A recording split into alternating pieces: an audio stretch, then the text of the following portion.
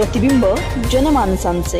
अहिल्यानगरचा सर्पमित्र गांजा तस्करीत अटकेत। अहिल्यानगरमध्ये सर्पमित्र म्हणून ओळख मिळवलेला आणि सोशल मीडियावर तब्बल 56 लाख सबस्क्रायबर्स असलेला युट्यूबर आकाश जाधव याचा धक्कादायक गुन्हेगारी चेहरा आज 31 जानेवारी रोजी उघड झाला आहे।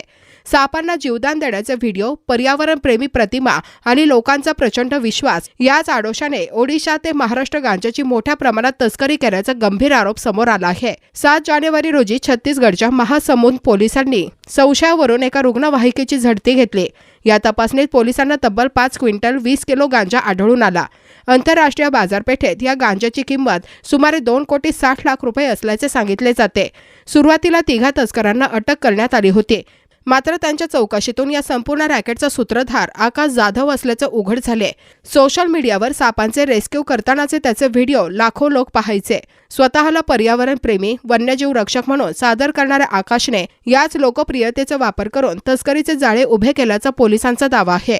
रुग्णवाहिकेसारख्या संवेदनशील वाहनाचा वापर करून ही तस्करी केली जात असल्याने प्रकरण अधिकच गंभीर बनले आहे। या अटकेनंतर सोशल मीडिया विश्वात मोठी खळबळ उडाली असून सर्पमित्रच्या प्रतिमेमागील काळे सत्य समोर आल्याने अनेक जण हादरले आहेत।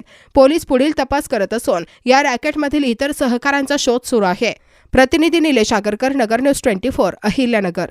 अहिल्यानगर शहरातील महत्त्वपूर्ण अपडेट जाणून घेण्यासाठी नगर न्यूज 24 या YouTube चॅनलला सबस्क्राइब करा।